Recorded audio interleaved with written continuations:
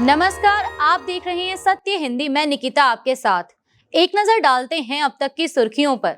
Trump की 8 यूरोपीय देशों को खुली चेतावनी, ग्रीनलैंड तो या टैरिफ झेलो। ट्रंप की टैरिफ धमकी पर फ्रांस और ब्रिटेन ने दी कड़ी प्रतिक्रिया। यह मुद्दा अमेरिका से सीधे उठाया जाएगा, ब्रिटेन। रॉयटर्स के मुताबिक अमेरिका के राष्ट्रपति डोनाल्ड ट्रंप ने चेतावनी दी है कि जब तक अमेरिका को ग्रीनलैंड खरीदने की अनुमति नहीं मिलती, वह कई यूरोपीय देशों पर भारी टैरिफ लगाएंगे। ट्रंप ने ट्रुथ सोशल पर लिखा कि 1 फरवरी 2026 से Denmark, Norway, Sweden, Finland, France, Germany, Britain और नीदरलैंड से आने वाले सभी सामानों पर 10% टैरिफ लगेगा, जो 1 जून 2026 से बढ़कर 25% हो जाएगा और ग्रीनलैंड की डील होने तक जारी रहेगा। उन्होंने दावा किया कि रूस और चीन ग्रीनलैंड चाहते हैं और डेनमार्क उसकी सुरक्षा नहीं कर सकता। ट्रंप ने कहा कि यह कदम वैश्विक सुरक्षा के लिए जरूरी है।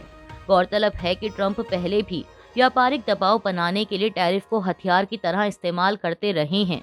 ग्रीनलैंड को खरीदने के मुद्दे पर अमेरिकी राष्ट्रपति ट्रंप की टैरिफ धमकियों पर यूरोप में कड़ी प्रतिक्रिया आई है।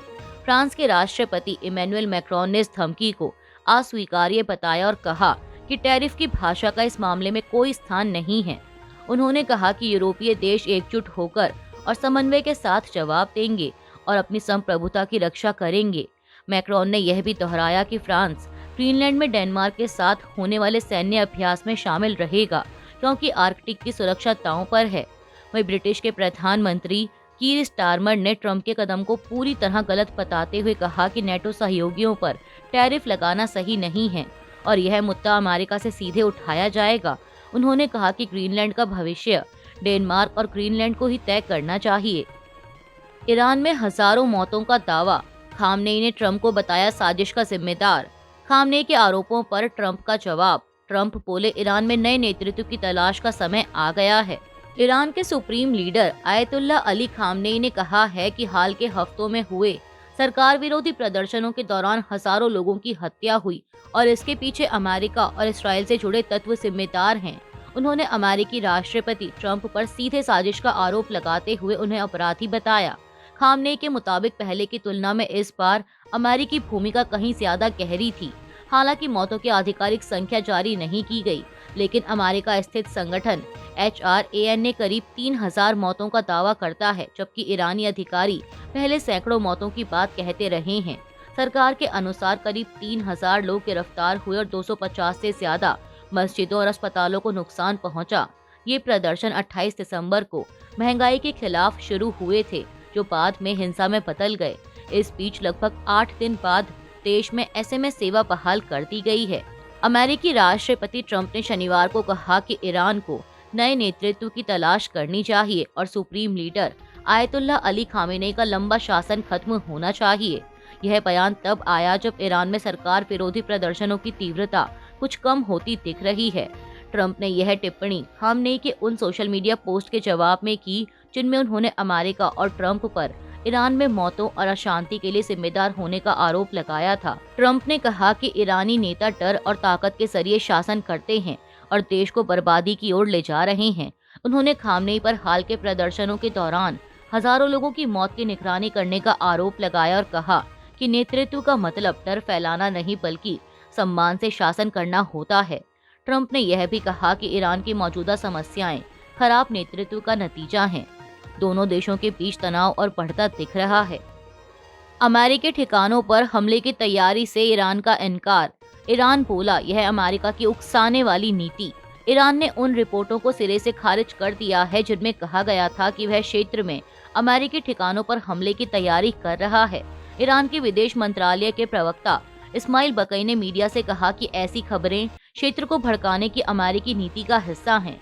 उन्होंने साफ किया कि ईरान कोई आक्रामक कदम नहीं उठा रहा, लेकिन अगर उस पर हमला हुआ तो वह पूरी ताकत से जवाब देगा।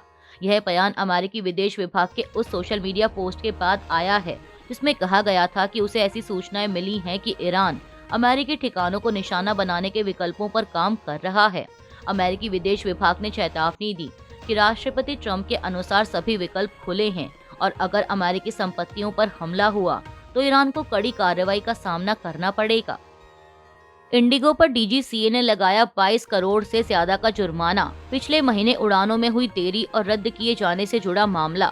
नगर विमानन महानिदेशालय यानी डीजीसीए ने पिछले महीने उड़ानों में हुई देरी और रद्द किए जाने के मामले में इंडिगो पर 22.2 करोड़ रुपए का जुर्माना लगाया है। डीजीसीए ने कहा है कि पिछले साल 3 से 5 दिसंबर के बीच 2507 फ्लाइट रद्द की गईं और 1852 उड़ानों में देरी हुई। इस कारण विभिन्न एयरपोर्ट पर 3 लाख से ज्यादा लोग फंसे रहे।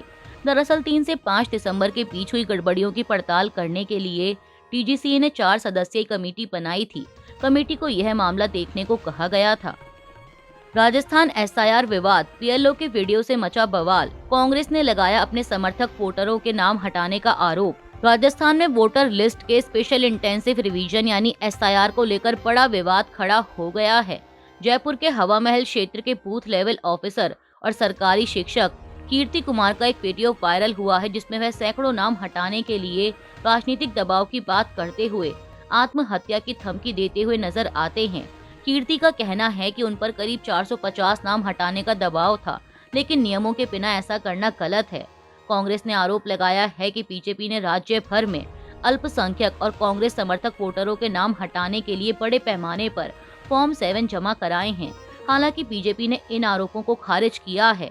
बीजेपी पार्षद और विधायक ने इसे फर्जी वोटरों के खिलाफ कार्रवाई बताया। चुनाव आयोग के आंकड़ों के अनुसार बीजेपी ने 18,896 फॉर्म 7 दिए, जबकि कांग्रेस ने सिर्फ 2। अलवर और आदर्श नगर समेत कई इलाकों में भी इसी तरह के आरोप सामने आए हैं। अमेरिका का सीरिया में एक और जवाबी हमला। सीरिया में अमेरिका के तीसरे जवाबी हमले में अलकायदा से जुड़े एक बड़े नेता बिलाल हसन अल जासिम की मौत हो गई है।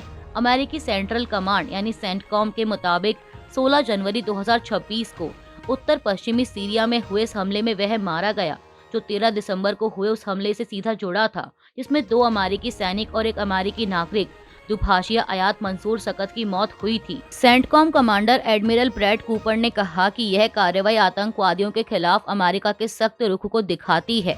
यह हमला राष्ट्रपति ट्रंप के आदेश पर चल रहे बड़े ऑपरेशन का हिस्सा है, जिसका मकसद फिर से संगठित हो रहे आईएसआईएस नेटवर्क को निशाना बनाना है।